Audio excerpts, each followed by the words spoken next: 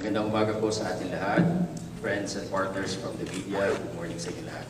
We have with us the whole of Commission and Bank, led by Chairman George Erwin Garcia, Commissioner Socorro Pinting, Commissioner Marlon Casquero, who could not join us because ongoing na po yung training sa Overseas Office for Overseas Voting for the registrations with and Marlon has to preside over that.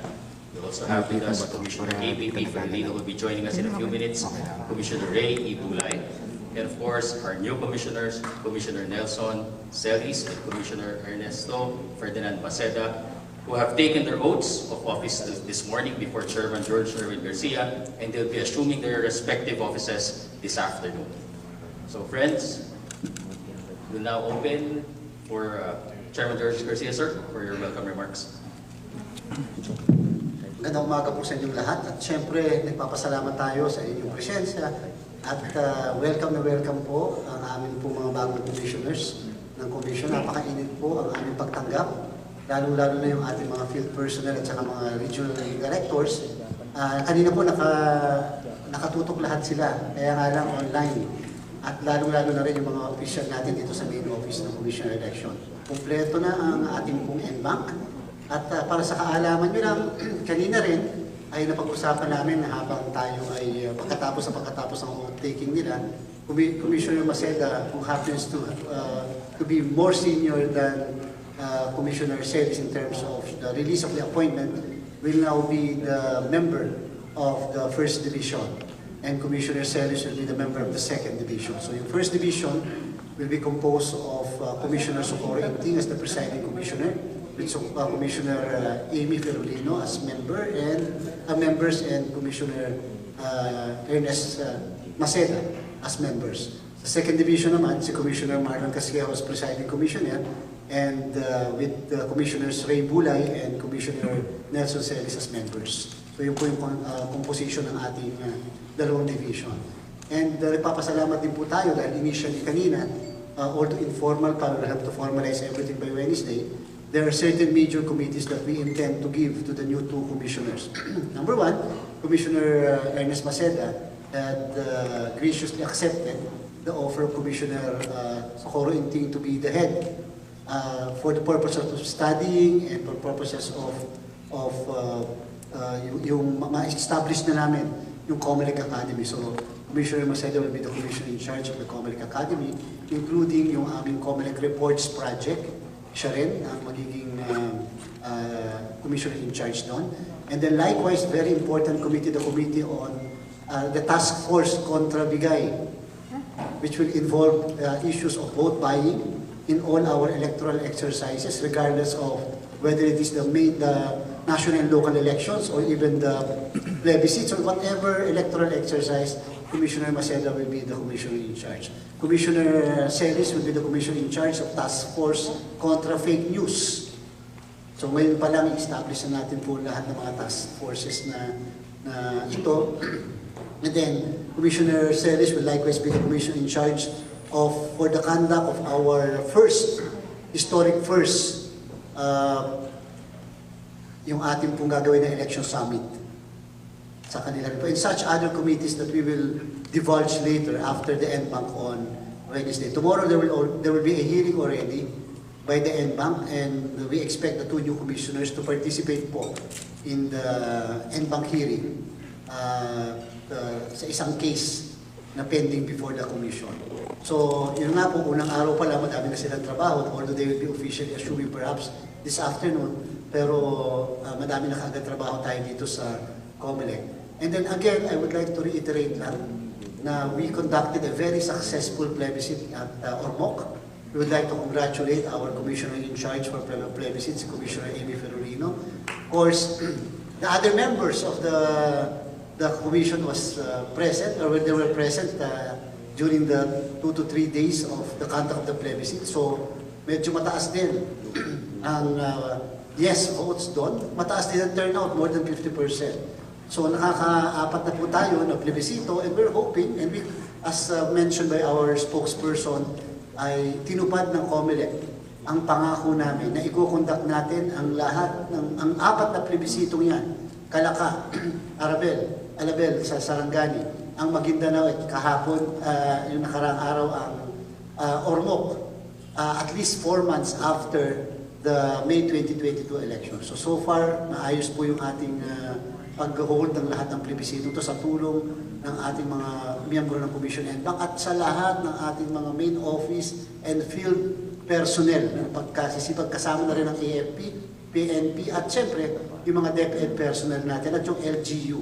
Kaya sana po subaybayan din po ninyo yung mga susunod pa nating plebisito na may mangyayari before the end of the year, mga dalawa pa na gagawin nating plebisito. Abangan nyo rin po yun because we would like to finish at least everything during the first quarter of next year. So again, we welcome with open heart, with happiness, si Commissioner Maceda and Commissioner Nelson Celis. Maraming salamat po, magandang umaga.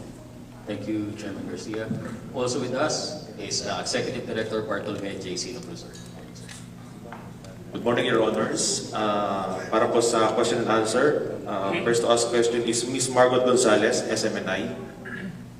Dito na lang po sa microphone.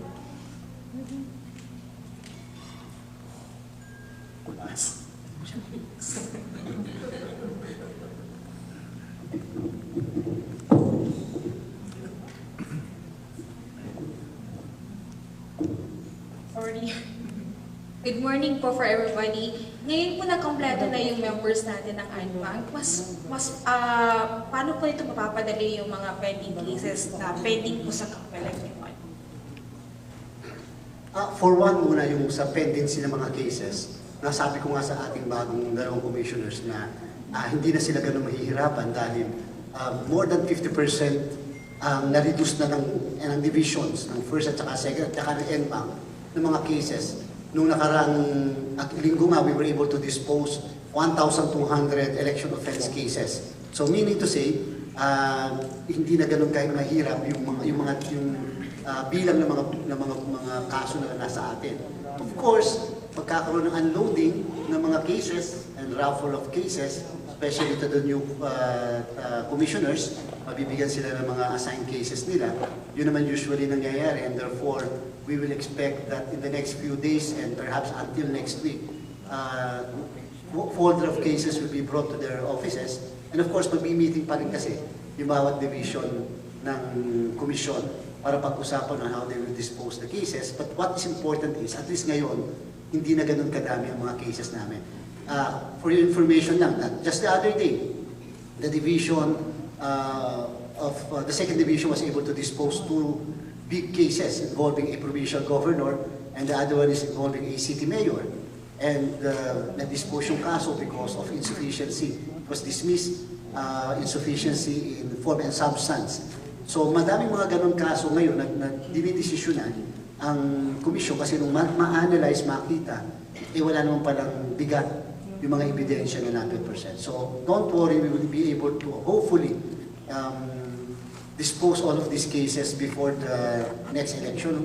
Yun ang ating commitment. Pero ang pinaka-importante din for the information of everyone, at tulad sa BSK, Commissioner Ray Bula is our commissioner in charge for the BSK, and this is with his permission and guidance.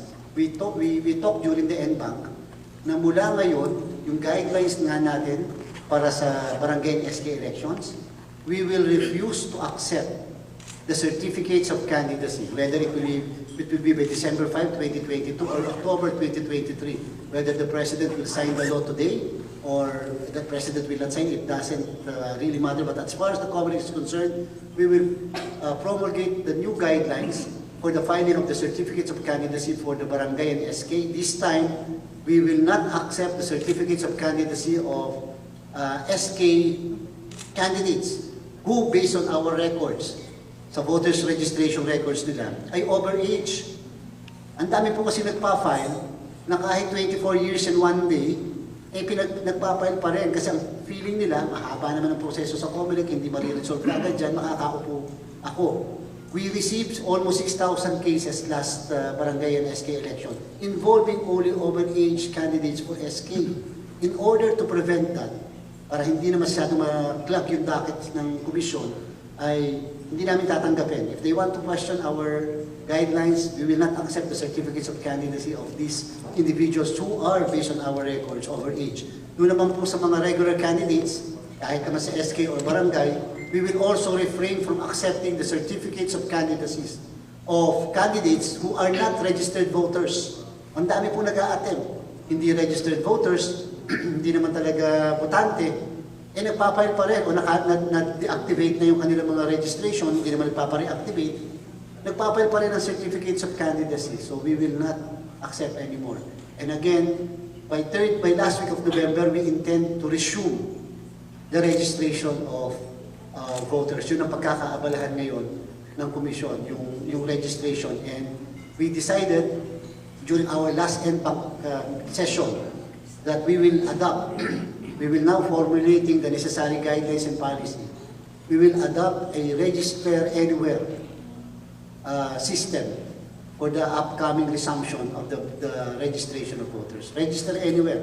Kahit magsubok lang kami dito sa NCR and major cities, we will do that. This is for the convenience of the voters, and the COMELEC is now prepared, at least technically, to conduct a register anywhere effort. Thank you very much. Sir, balikan ko lang yung naging ruling ng second division doon kay vote buying, reklamo ng vote buying kay Mayor Hani Laguna. Sir Bulay, kayo po yung isa sa mga pumirma doon. And ano po yung naging basihan natin? At ano po yung mga nakita natin para sabihin na hindi masyadong credible yung mga na-present na evidence? And meron na po ba tayong nakapending na for dismissal para sa vote buying? Thank you. Salamat. Thank you. Yung sa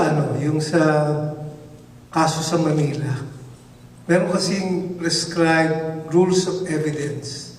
Pag nag-file ka ng disqualification on that ground, ang komisyon, like any other administrative office na nagpa-perform ng quasi-judicial function, ay mandated to follow the stringent requirements of the law, most especially sa evidence.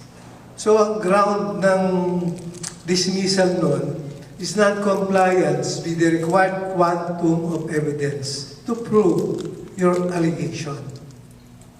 Now they are not without recourse kasi alam mo naman, ang decision sa COMELEC appealable sa Supreme Court. Pwede naman nilang i-appeal yun.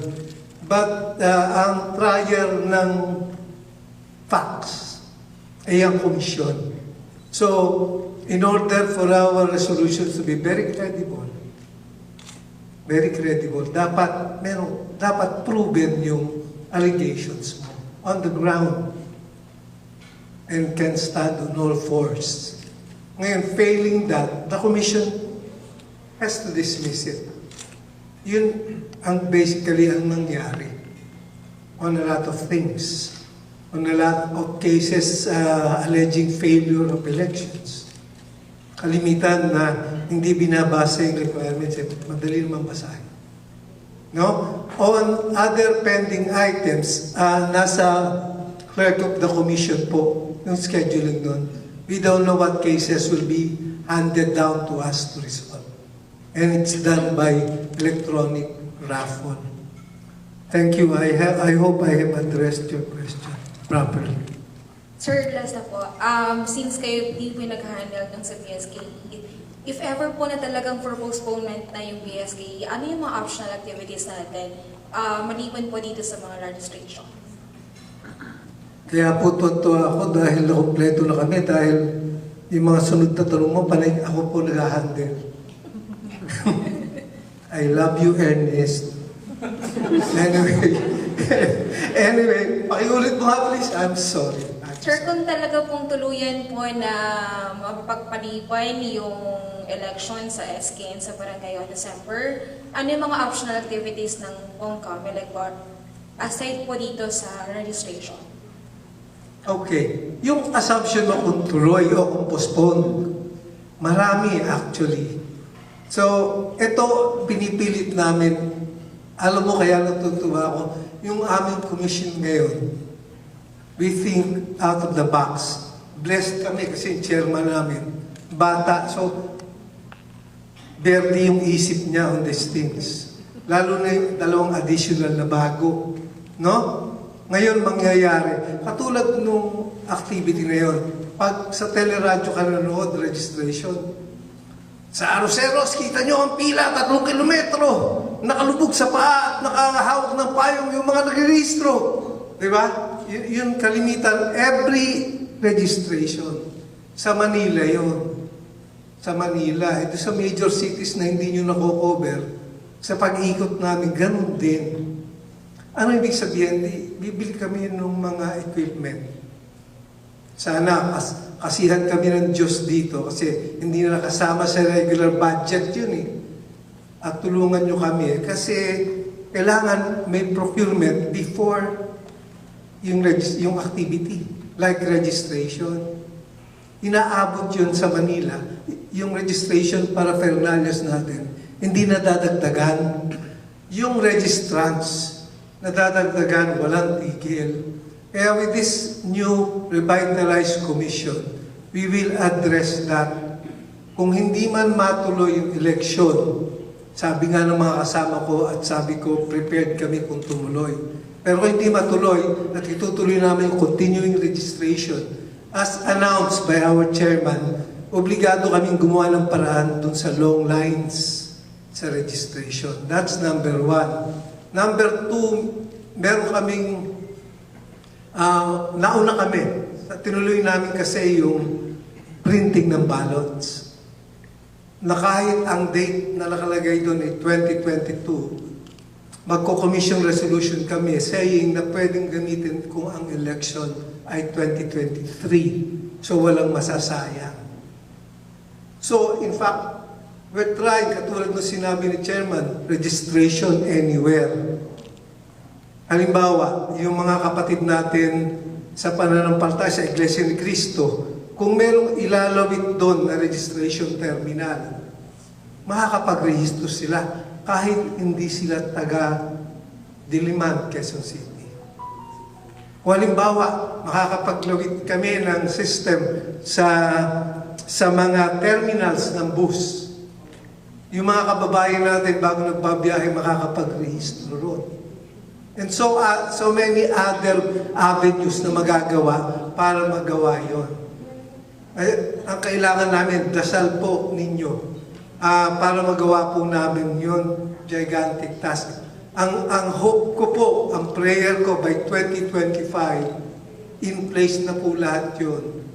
At magagawa po natin with your help and with God's help. Salamat po.